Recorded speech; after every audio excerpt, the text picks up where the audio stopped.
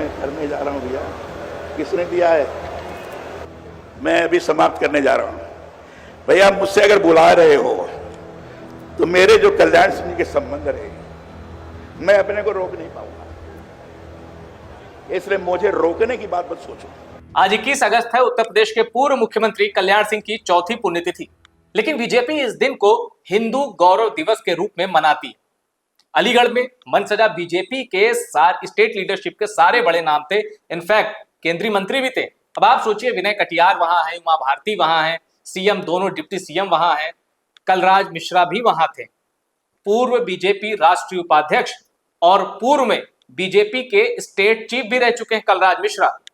वहां उस मंच पे कुछ ऐसा हो गया जिसके बाद कलराज मिश्रा के समर्थक कह रहे हैं कि हमारे नेताजी का अपमान हो गया। अखबारों में भी यह हेडलाइन छपने लगी कि कलराज मिश्रा का बीजेपी के ही मंच पे अपमान हो गया। पहले क्या हुआ वो समझते हैं, फिर एनालिसिस करेंगे कि आखिर कैसे क्या हुआ और इसके मायने क्या हैं। आखिर बीजेपी के ही मंच पर कलराज मिश्रा का कैसे अपमान हो गया। अभिषेक जी, पहले हमारे दर्शकों को यह समझाइए कि आखिर ऐसा हुआ क्या अलीगढ़ में। देखिए, ये जो आपने कहा, कल्याण सिंह बाबूजी के नाम से जो मशहूर थे, आज भी बाबूजी के नाम से मशहूर हैं, उनकी ये पुण्यतिथि का कार्यक्रम था अलीगढ़ में और बड़ा कार्यक्रम था। वहाँ तमाम बड़े नेता मौजूद थे। लेकिन बड़ी बात ये हुई कि जब कलराज मिश्रा पहुंचे बोलने के लिए, वो अपनी बात कह ही रहे थे और बड़े रॉ में कह रहे थे। रॉ में इसलिए कह रहे थे कि कलराज मिश्रा और बाबूजी कल्याण सिंह के रिश्ते बहुत ही गाढ़े रहे हैं। उन्होंने खुद ही बताया कि वो कहते थे कि जहां कलराज है वही कल्याण है, मतलब जहां कलराज मिश्रा होगा कल्याण वही होगा। एक तरह से रूपक है। इतने गहरे रिश्ते थे। वो अपनी बात कह रहे थे, तभी एक पीछे से एक पर्ची एक लेकर के नेताजी आए और वो पर्ची वहां रख दी। कलराज मिश्रा ने पर्ची पढ़ा, थोड़ा सा उनका चेहरा बता रहा था कि वो एकदम सदमे में आ गए, सन्न रह गए, ये क्या हो रहा है। और वो छिपा नहीं पाए अपना गुस्सा, अपना आक्रोश। वो पलटे और नेताजी से पूछा, ये पर्चा किसने दिया है, ऐसे पूछ लिया। कैमरे लगे हैं, सारे बड़े नेता बैठे हैं, आपने जो नाम लिया अभी, योगी, दोनों डिप्टी सीएम, प्रदेश अध्यक्ष, धर्मेंद्र प्रधान, सब बैठे हुए हैं, कल्याण सिंह के परिवार के लोग बैठे हुए हैं, और वहीं वो पूछ रहे हैं ये पर्ची किसने दिया। और बात यही नहीं रुकी, अंदर से इतना गुबार था उनका, इतना अंदर से आहत, अपमानित महसूस कर रहे थे। और उनका, मुझे रोकना मत बोलने से, ये जिसने भी पर्ची दी हुई, मुझे बोलने से रोकना नहीं, मैं कल्याण सिंह पर बात कर रहा हूं, मेरे इतने रिश्ते रहे हैं, जब बोलने को कहा है तो बोलने दो, रोकना मत मुझे। जिस तेवर में उन्होंने कहा, सबके बीच में कहा, और मैं उसका असर आपको बताऊं, उसका असर ये हुआ कि जब वो आए, भाषण खत्म किया कलराज मिश्रा ने, तो वो सारे नेता, लग रहा था कितने असहज हो गए हैं। एक तरह जिसे कहते हैं मिजाज कुर्सी, उस तरह से उनका सम्मान और उनको बड़े आदर के साथ में बिठाना, ये सब करने लगे। सबको समझ में आ गया कि ये गलत हो गया, ये नहीं होना चाहिए था। और ये हुआ क्यों है? ये हुआ इसीलिए है मधुर, क्योंकि ये एक परंपरा सी आजकल हो गई है कि आप कद से अंदाजा लगाइए व्यक्ति का, उसके माफ कीजिएगा, पद से कद का अंदाजा लगाइए कि आज जो सत्ता में है, जो बड़े पद पर है, उसका कद बड़ा है। तो उस श्रेणी में कलराज मिश्रा पीछे हो गए। अब ये फैक्ट है, आपने सही कहा, कलराज मिश्रा 1978 में राज्यसभा से इलेक्शन जीते थे, वो 3 बार राज्यसभा में रहे, वो 3 बार एमएलसी रहे। 1997 में वो जब कल्याण सिंह ने दूसरी बार सरकार बनाई बीजेपी की, तो 1997 में वो मंत्री रहे, लोक निर्माण विभाग से लेकर के कई अहम मंत्रालय उनके पास रहे। 97 में मंत्री रहे वो। 2012 में उन्होंने पहला चुनाव लड़ा और जीता लखनऊ पूर्व से। 2014 में वो सांसद बने देवरिया से, और उसके बाद एमएससी में मिनिस्टर बने, मोदी सरकार में कैबिनेट मंत्री बने। और बस एक लाइन मैं जोड़ूंगा, माफ कीजिएगा टोकने के लिए। मंच पे वहां मौजूद जितने भी गणमान्य लोग थे, उसमें से कई ऐसे भी हैं अभिषेक जी कि जब 1955 में वो आरएसएस से जुड़े कलराज मिश्रा, तो कई लोग पैदा भी नहीं हुए थे। बिल्कुल ठीक कह रहे हैं। इन परिस्थितियों में अपमान, कंटिन्यू करें बिल्कुल। और आपने आरएसएस की बात कही, आरएसएस के पूर्णकालिक प्रचारक थे कलराज मिश्रा। जो उनकी जो बैकग्राउंड है उनका, वो उस लीगेसी को कलराज मिश्रा लेकर के चलते हैं। और दूसरी बात एक और है कि इस तरह से उनको रोकना, वो अपनी बात कह रहे हैं और बीच में आप पर्चा दे रहे हैं, बीच में पर्चा दे रहे हैं कि बस हो गया, बाइंड अप कीजिए, संक्षेप में खत्म कीजिए। ये बीजेपी कहाँ आ गई है? अच्छा, पर्चे में यही लिखा था, पर्चा यही था कि संक्षेप में भाषण अपना खत्म, संक्षेप में मतलब कट शॉर्ट कीजिए, आगे है। हाँ बहुत बोल चुके हैं, हो गया, मतलब एक से कोरम पूरा करना हो गया कि भाई फलाने नेताजी आपके बाद बड़के नेताजी आने वाले हैं, जल्दी खत्म कीजिए और कार्यक्रम निपटाना है। क्या है, कलराज मिश्रा, कल्याण सिंह, केसरीनाथ त्रिपाठी, इन लोगों का एक दिल का रिश्ता रहा है। और बहुत ही, मैं तो 2007 की बात आपको बता रहा हूँ, 2007 में यूपी में चुनाव चल रहे थे। केसरीनाथ त्रिपाठी उस समय विधानसभा के माफ कीजिएगा बीजेपी के प्रदेश अध्यक्ष थे। उसके पहले कलराज मिश्रा बीजेपी के अध्यक्ष रह चुके थे। जो जमीन पर देखा है मैंने, कलराज मिश्रा, केसरीनाथ त्रिपाठी, लालजी टंडन, बाबू कल्याण सिंह, जो आपस में जो इन लोगों का एक रिश्ता था, और उसमें मतभेद भी हुए, ऐसा नहीं मतभेद नहीं हुए, वो सब हुए, लेकिन फिर भी एक दूसरे को सम्मान देने का जो भाव था वो बहुत गाढ़ा था। वहां ये कल्पना नहीं हो सकती कलराज मिश्रा के कद का कोई नेता भाषण दे रहा है और पीछे से एक भाई साहब आएंगे और वहां पर्ची पकड़ा देंगे। ये पर्ची मधुर कहाँ पकड़ाई जाती है कि जैसे कोई बड़ा नेता आना होता है तो बड़े नेता के आने के पहले स्थानीय लोग भाषण देते हैं ताकि जो पब्लिक आ गई वो इंटरटेन रहे, वो जाए ना। जैसे बड़ा नेता आता है वैसे पर्ची दी जाती है, आ जाइए भाई साहब। तो ये वहां होता है। कलराज मिश्रा जैसे कद के नेता के साथ में आप इस तरह का करेंगे, ये मेन मसला था जिससे कलराज मिश्रा जी नाराज हुए और नाराजगी खुल के सामने आ गई। अब यहाँ एक बात थोड़ी सी कल्याण सिंह पे कर लेते हैं कि कल्याण सिंह के बगैर क्या उत्तर प्रदेश में बीजेपी की जो एक फाउंडेशन उसकी कल्पना की जा सकती है? थोड़ा सा दर्शकों को बताइए कि कल्याण सिंह कैसे बीजेपी के पर्याय बन चुके थे उत्तर प्रदेश में, और उनका पिछड़े समाज से होना बीजेपी के लिए संजीवनी कैसे बना? देखिए, कल्याण सिंह बीजेपी के वो पहले नेता थे जो हिंदुत्व और बैकवर्ड का कॉकटेल थे। और ये आप यूं समझिए कि बीजेपी के लिए ये अमोघ अस्त्र था, अचूक अस्त्र, काट किसी के पास नहीं है। क्योंकि बीजेपी के साथ दिक्कत क्या थी मधुर, कि टैग लगा था कि ये तो ब्राह्मण बनिया ठाकुर इनकी पार्टी है। इसमें क्या मतलब है पिछड़ों का, दलितों का? इस टैग के साथ बीजेपी अपनी चीजों को आगे बढ़ा रही थी। और जब वो 2 सीटों की पार्टी थी, 84 में, और 89 में चुनाव हुआ तो 2 से 80 सीटें पार कर गई। तो वो हिंदुत्व का अम्ब्रेला था उस समय कि हिंदुत्व पे सब इकट्ठा हो गए। लेकिन जैसे ही वो हिंदुत्व, ये सबको समझ में आया कि भाई ये हिंदुत्व का इंजन लगा हुआ है और ट्रेन दौड़ रही है, लेकिन जिस दिन भी ये इंजन कमजोर हुआ तो आप कहाँ खड़े होंगे, फिर वहीं आ जाएंगे। और मंडल कमंडल ने वो कर दिया, चल ही रहा था, फिर ब्राह्मण ठाकुर बनिया पे आ जाएंगे। तो कल्याण सिंह एक ऐसे नेता उस बीच में थे जिन्होंने इस बीच की ये जो खाई थी इसको पाट दिया। हिंदुत्व का सबसे प्रचंड चेहरा उस दौर का, और वो चेहरा जिसने अपनी सरकार कुर्बान कर दी। बाबरी मस्जिद वाला जो कांड हुआ, जानते थे वो कि सुप्रीम कोर्ट में एफिडेविट दे रखा था, जानते थे कि अगर बाबरी मस्जिद गिरेगी तो हमको सरकार छोड़नी पड़ेगी। इसके बाद भी कहा कि नहीं, गोली नहीं चलाएंगे। उनके उस समय ये सब रिकॉर्डेड है, अधिकारियों ने कहा कि नहीं, वहां नहीं मान रहे कारसेवक, उन्होंने कहा लाठी चलाओ, रोको कैसे भी, लेकिन गोली नहीं चलेगी।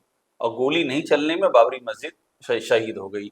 और कल्याण सिंह का भी आप बैकग्राउंड देखिए, 1962 में पहला चुनाव लड़ा था जनसंघ में। आप सोचिए कितनी पुरानी उनकी रिश्ता रहा है। 62 के दौर में पहला चुनाव लड़ा, हार गए। 67 में पहला चुनाव जीता उन्होंने, 67 में, और वही दौर था 67 में जब मुलायम सिंह यादव ने पहला चुनाव जीता। तो आप समझ लीजिए कि बीजेपी में एक नया युग करवट ले रहा था कि वो पार्टी जिसको कहा जाता था कि ये फॉरवर्ड की पार्टी है, पंडित दीनदयाल उपाध्याय भी फॉरवर्ड से, श्याम प्रसाद मुखर्जी भी फॉरवर्ड से, आरएसएस में जो बन रहे हैं सरसंघ चालक वो भी फॉरवर्ड से, अटल फॉरवर्ड से, आडवाणी फॉरवर्ड से, जोशी जी फॉरवर्ड थे। तो एक तरह का टैग लगता जा रहा था कि ये तो उच्च वर्गों की पार्टी है।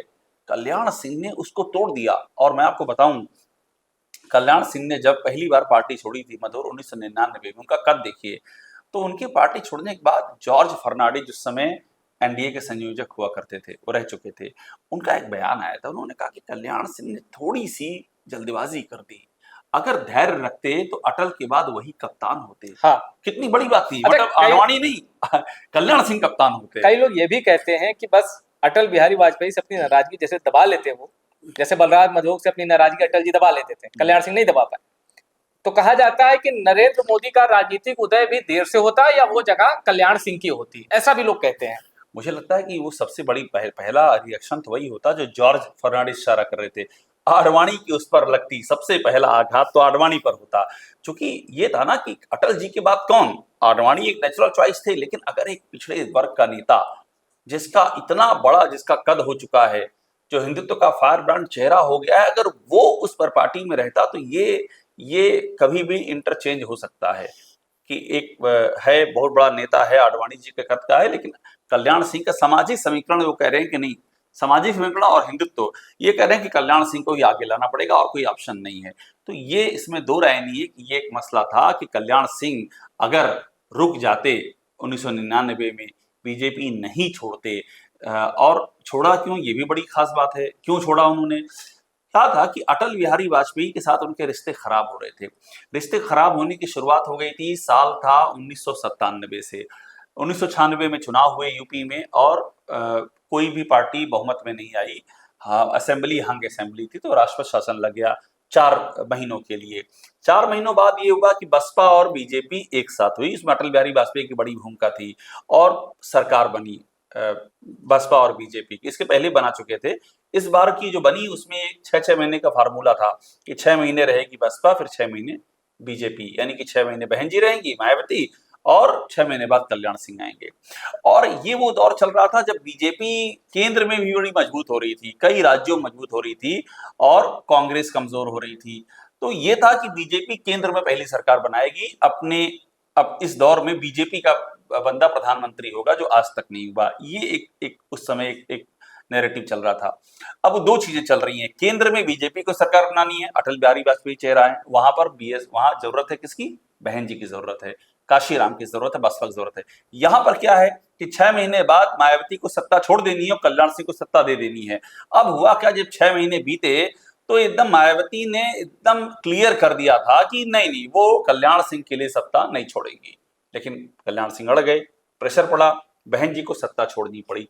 बात है सितंबर की, 6 महीना पूरे हो गए थे, बहन जी ने सत्ता तो छोड़ी लेकिन उन्होंने बीजेपी भी छोड़ दी, कहा नहीं हम नहीं आपके साथ हैं, अब कर लीजिए।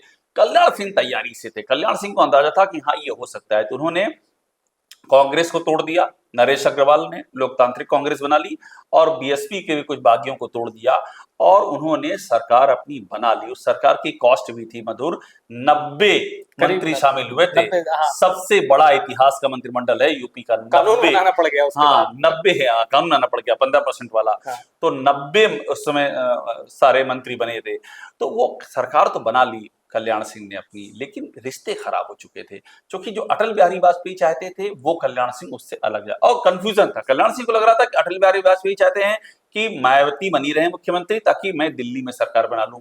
अच्छा, दिल्ली में सरकार बनती तो किसकी बनती, बीजेपी की सरकार बनती। बात वही है, धैर्य अगर उस दौरान कल्याण सिंह रखते तो ये बात छिटकती गई। लेकिन जब चुनाव हो गए 98 में, वाजपेयी जी पहली बार प्रधानमंत्री दूसरी बार बने, पहली बार 96 बने थे, उसके बाद सेकंड टाइम 98 बने थे। तो जब 98 में वो बने तो उसके बाद उनकी सरकार आपको मालूम होगा 1 वोट से चली गई, क्योंकि बीएसपी एन मौके पर बीएसपी ने कार्रवाई, विश्वास मत में बीएसपी ने धोखा दे दिया, तो सरकार चली गई। अब 98 में सरकार चली जाती है उनकी और 99 में फिर चुनाव होते हैं, रिश्ते खराब हो चुके होते हैं। तो 98 में यूपी से सीटें उनकी शायद 59 के करीब आई थी, 59। 99 में सीटें रह गई, 29 सीटें रह गई, 58 थी मेरे ख्याल से, यहाँ रहेगी 29 सीटें रहेगी। कहा गया कि कल्याण सिंह ने जानबूझ करके बीजेपी को कमजोर किया है ताकि अटल पीएम न बनने पाए। उस दौरान मुझे याद है कि जब वो चल रहा था चुनाव 1999 का चल रहा था, अटल बिहारी वाजपेयी लखनऊ से लड़ रहे थे, तो कल्याण सिंह से पूछा गया एक प्रेस कॉन्फ्रेंस में, वो मुख्यमंत्री थे, कि अटल बिहारी वाजपेयी दोबारा प्रधानमंत्री बन जाएंगे आपको लगता है। कल्याण सिंह ने कहा हाँ बन जाएंगे, लेकिन पहले उनको सांसद बनना होगा, लखनऊ जीतने तो पहले लखनऊ से जीत तो जाए। और उस पूरे चुनाव में कल्याण सिंह ने मैसेज दे दिया था बतौर मुख्यमंत्री कि निष्पक्ष चुनाव होना चाहिए। अब निष्पक्ष चुनाव ऐसे हुए कि प्रशासन टाइट हो गया। वाजपेयी जी की 70,000 वोट कम हो गए, 98 से 99 में जीते मगर 70,000 वोट कम हो गए। तो ये खला उनको लगा, भाई पार्टी की सीटें 58 से 29 हो गई, मेरे वोट 70,000 कम हो गए। तो उन्होंने फिर ये तय किया, ये नतीजा आया है मेरे ख्याल से सितंबर में आया है 1999 में। अक्टूबर में वाजपेयी जी प्रधानमंत्री बने और उन्होंने नवंबर में कहा कल्याण सिंह अब यहाँ नहीं रह पाएंगे, कल्याण सिंह को सीएम पद से हटाया गया, बड़ी मुश्किल से तैयार हुए, राम प्रकाश गुप्ता सीएम बने और कल्याण सिंह ने उसी के बाद से विद्रोह बगावत कर दी। ये वो फेज था। और मैं फिर कह रहा हूं, अगर कल्याण सिंह ने वो बगावत ना की होती, वो रहते, तो इसमें दो राय नहीं थी। साल 2004 में जब वाजपेयी जी इस काबिल नहीं रह गए कि वो राजनीति में हाँ, उनकी तबीयत खराब हो रही थी और बीजेपी चुनाव भी हार गई थी, तो वो जो दौर था ना, वो कल्याण सिंह का ही दौर था। मुझे आज भी लगता है अगर कल्याण सिंह उस समय रहे होते बीजेपी, हालांकि 2004 में वो आ गए थे, अटल जी ने उनको बनाया, अटल जी ने मनाया था, सोचिए मनाया भी अटल जी ने, नाराजगी भी अटल जी से, लेकिन आप पार्टी छोड़ के लौटते हैं तो वो कद नहीं रह जाता है। तो अटल बिहारी वाजपेयी के बाद आडवाणी के लिए बड़ा चैलेंज होते कल्याण सिंह, इतने बड़े कद के नेता थे वे।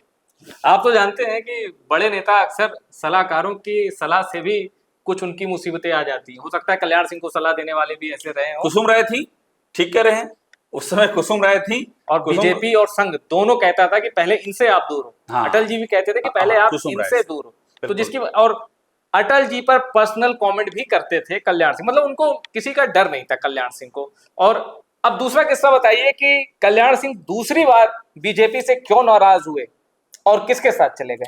देखिए, पहली बार मैंने बताया 1999 में नाराज हुए, 2004 में अटल जी ने मनाया और ले आए उनको। उसके बाद उन्होंने बीजेपी से चुनाव लड़ा, 2004 का इलेक्शन लड़ा और वो जीत गए, वो सांसद बन गए।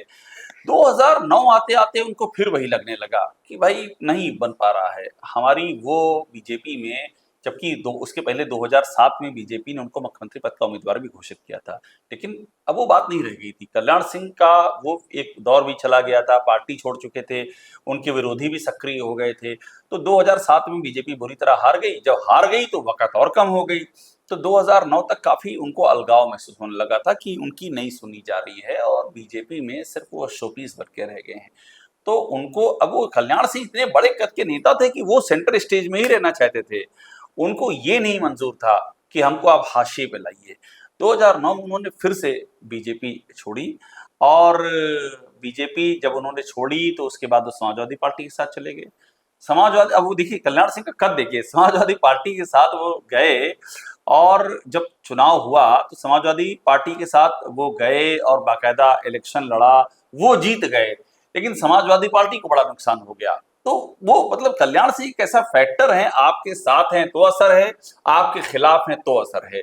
तो कुल मिलाकर के ये सेकंड उनकी जो इनिंग थी ये ठीक नहीं रही, ये उन्होंने छोड़ दिया, लेकिन फिर वो लौटे 2013 में, वो फिर लौट आए और फिर उन्होंने ये कहा कि अब मैं अपनी आखिरी सांस तक साथ नहीं छोड़ूंगा। मुझे लग रहा है 13 में उनकी जो वापसी थी वो प्रधानमंत्री मोदी के भी प्रयासों से जुड़ी हुई थी, क्योंकि ये क्लियर हो गया था कि अगला चेहरा मोदी होंगे।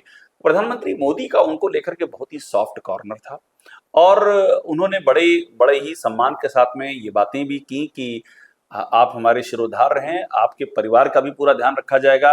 राजू भैया लगातार लड़े, 2014 में टिकट मिला, सांसद बने, 2019 से बने, 24 में नहीं जीत पाए।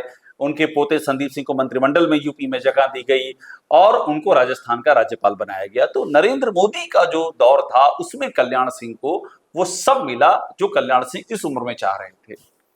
लेकिन ऐसी ही भावना नरेंद्र मोदी की कलराज मिश्रा के लिए भी थी। ऐसा नहीं कि उनको साइडलाइन कर दिया गया, ठीक है उम्र की वजह से वो टिकट उनको 2014 बाद नहीं मिला, नहीं लड़वाया गया, लेकिन उनको मंत्री केंद्र में बनवाया गया, फिर गवर्नर भी रहे। एक बड़ी दिलचस्प कहानी मैं दर्शकों को बता दूं, नरेंद्र मोदी, कल्याण सिंह, अटल बिहारी वाजपेयी से जुड़ी, जो जिक्र अभिषेक जी ने अभी किया कुसुम राय का। कहा जाता है कि जब कल्याण सिंह उत्तर प्रदेश के मुख्यमंत्री थे तो लोगों को शिकायत थी कि सरकार में कुसुम राय का बहुत दखल है। तो एक बार अटल जी ने यह मैसेज लेके एक शख्स को कल्याण सिंह के पास भेजा था कि जाओ बात करो और समाधान लेके आओ। वो शख्स थे नरेंद्र मोदी। तो बहुत पुराने रिश्ते हैं इनके बीच। और अटल जी, जैसा कि उनको अगर राजनीतिक रूप से अजात शत्रु कहा जाता है तो इसलिए क्योंकि वो किसी का बुरा नहीं मानते थे, किसी का द्वेष, राजनीतिक द्वेष नहीं रखते थे। यही वजह है कि बीजेपी से कल्याण सिंह निकाले गए, लेकिन उनको वापसी भी सुनिश्चित कराई अटल बिहारी वाजपेयी ने। अब 90 के दशक के 3 ही बड़े नेता थे जो उत्तर प्रदेश में एकदम छाए रहते थे, मायावती, मुलायम सिंह और कल्याण सिंह। अब चर्चा का अंत करते हैं, इस दोस्ती को डिकोड करते हैं कल्याण सिंह और मुलायम सिंह की। अभिषेक जी थोड़ा इस दोस्ती को डिकोड करिए, क्योंकि बाबरी प्रकरण है, एक पक्ष है जो कहता है बाबरी विध्वंस, एक है जो कहता है बाबरी शहीद। अब मुलायम सिंह इधर के, कल्याण सिंह इधर के, जब ये दोनों मिले तो क्या मुस्लिम वोट भी मुलायम सिंह यादव या समाजवादी पार्टी से छटका था? क्या इसके राजनीतिक क्या असर पड़े थे? और मुलायम सिंह यादव ने कैसे दोस्ती के लिए एक वोट बैंक भी कहते हैं लोग कुर्बान किया, थोड़ा इसको समझाइए। बिल्कुल, देखिए ये बिल्कुल इसका असर पड़ा था, और असर इतना पड़ा था कि वो देखिए फार्मूला क्या था? फार्मूला ये था कि पिछड़ों का एक महासंगम बनेगा। मुलायम सिंह पर आरोप था कि यादव की पार्टी भी है, समाजवादी पार्टी, मुसलमान जुड़ते हैं, लेकिन बाकी इसमें पिछड़े कहाँ हैं? कल्याण सिंह ने वो कमी पूरी कर दी। कल्याण सिंह का ह्यूज लोधों में मतलब इतना बड़ा जनाधार तो देखा नहीं गया, और लोध ही नहीं, उनका तमाम और जो पिछड़ी जातियां उनमें भी उनकी बहुत ही गहरी पकड़ थी। तो मुझे याद है, चूंकि अमर सिंह इस सब के पीछे थे, ये जो करीब लाए थे इन दोनों को, मुलायम सिंह कल्याण सिंह को, उसमें अमर सिंह की बहुत बड़ी भूमिका थी। तो यही परसेप्शन था कि पिछड़े सब इकट्ठा हो जाएंगे, लेकिन हो गया उल्टा। आजम खान ने विद्रोह छेड़ दिया। आजम खान ने कहा नहीं, ये नहीं हो सकता है, बाबरी मस्जिद शहीद हुई है, कल्याण सिंह की भूमिका रही है, आप कैसे ले सकते हैं? आजम खान ने विरोध किया, और आजम खान चूंकि अल्पसंख्यक वोटों का सबसे बड़ा चेहरा थे मुलायम सिंह यादव के दौर में, समाजवादी पार्टी के संस्थापक सदस्य रहे हैं, तो आजम खान के इस मुहिम छेड़ने का असर ये हुआ कि मुस्लिम वोट जो है वो दूर होते गए। अच्छा, उस दौर में मायावती एक बड़ी ताकत थी, तो जब यहां से दूर हुए तो वो चले गए बीएसपी में। बीएसपी उन दोनों सत्ता में भी थी, और 2007 में बहन जी अपनी दम पे सत्ता में आई। बीएसपी में कौन गया? मतलब मुस्लिम वोट बैंक की बात चले गए। हाँ, 2009 में ये आए। कांग्रेस को भी बड़ा फायदा हुआ था लोकसभा में। कांग्रेस को फायदा हुआ, और बीएसपी को भी इसलिए फायदा हुआ चूंकि सरकार है बीएसपी की, और उस बीच में मुलायम सिंह यादव हाथ मिला ले रहे हैं कल्याण सिंह से। कल्याण सिंह जिनको वो खुद कहते थे कि बाबरी मस्जिद शहीद करवाई है, उनसे हाथ मिला लिए। तो ये कॉम्बिनेशन जचा नहीं, और इसके बाद मुलायम सिंह यादव ने दूरी बनाई, ये साथ छूटा। कल्याण सिंह ने जन क्रांति पार्टी बनाई, कोई फायदा नहीं मिला, और 2013 में वो लौट आए। तो आप मतलब इस लिहाज से समझिए कि कल्याण सिंह का जो कद है वो दिख रहा है, कितने बड़े कद के हैं। और मूल प्रश्न पे लौटते हैं कि जो कलराज मिश्रा के साथ आज हुआ है, उसमें एक बात और पे हम ये फाइनली ये भी कहेंगे मधुर, ये भी सोचने की बात है कि बीजेपी में इस तरह की परिपाटी ये उस दौर में तो नहीं थी जिस दौर में कल्याण सिंह थे, जिस दौर में केसरीनाथ त्रिपाठी थे, जिस दौर में लालजी टंडन, जिस दौर में कलराज मिश्रा थे। ये एक बड़ी हैरानी की बात है कि पब्लिकली कलराज मिश्रा को, भाई या तो आप पहले बोल देते, ये आप मैसेज पहले कैमरे मंच पे आने से पहले बोल देते कि बाबूजी यहाँ पर जरा 5 मिनट का 10 मिनट का छोटा उद्बोधन होंगे, या आप मंच से उनको आमंत्रित करके से बोल देते कि संक्षेप में आप अपनी बातें कहिए। ये सब समझ में आता है, लेकिन पर्ची आप पकड़ा रहे हैं कलराज मिश्रा को कि बस हो गया, खत्म कीजिए। कलराज मिश्रा को आप पकड़ा रहे हैं पर्ची, तो ये बताता है कि पार्टी कहां से कहां की ओर जा रही है, ये उसका भी रिफ्लेक्शन है। तो ये थी आज की चर्चा। और आपको क्या लगता है, क्या वाकई कलराज मिश्रा के साथ स्टेज पर बीजेपी की तरफ से कोई गलती हो गई, और गलती थी तो किसकी थी? और इससे भी बड़ा सवाल कि क्या BJP party with a difference जो कहा जाता था, क्या उससे थोड़ी डेविएट होती है, आपको दिख रही है? आप जो भी सोचते हैं अपनी राय कमेंट करके हमें बताएं। टॉप सीक्रेट को सब्सक्राइब जरूर करिएगा।